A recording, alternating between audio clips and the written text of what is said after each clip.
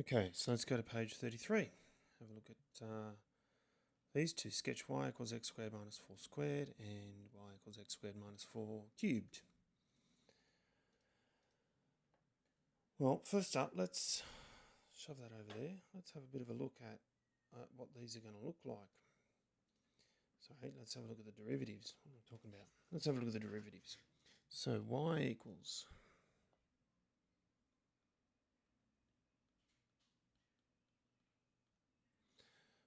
x squared minus 4 squared. Let's differentiate that. So it's going to be 2 times the brackets times the derivative of the brackets. So that is going to be 4x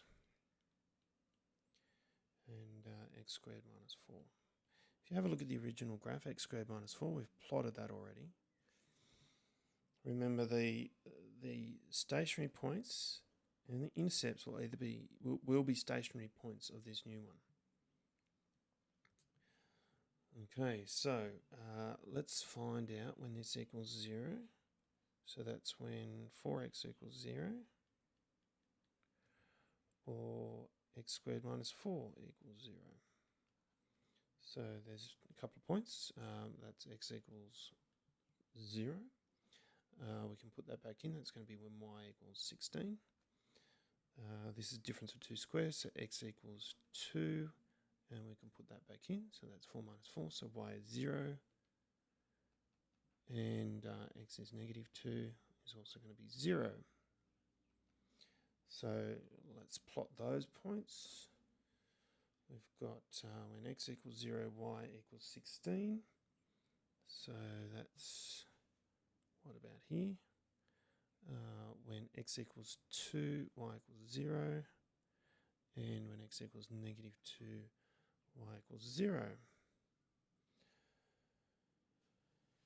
So it's n is even.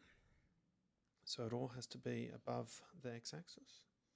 So from that, we can determine that it's going to look like this.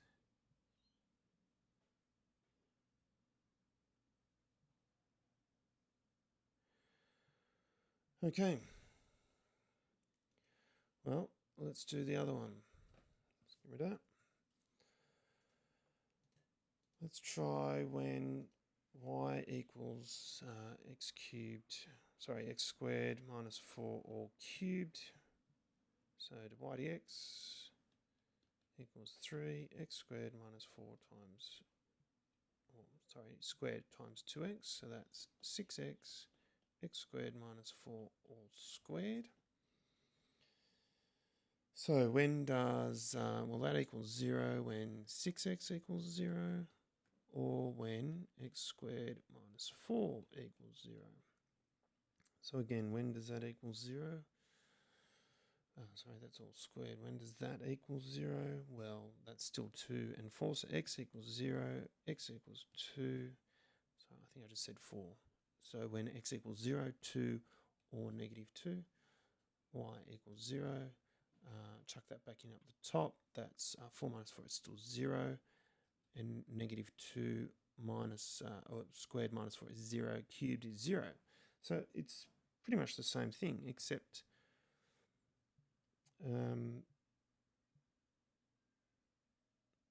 I've done something wrong here, haven't I? Because when x equals 0, y does not equal 0. That's silliness.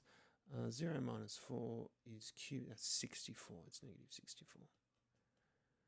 It's going to look very strange for me there. So we're looking at this point. When x equals 2, we've got zeros. So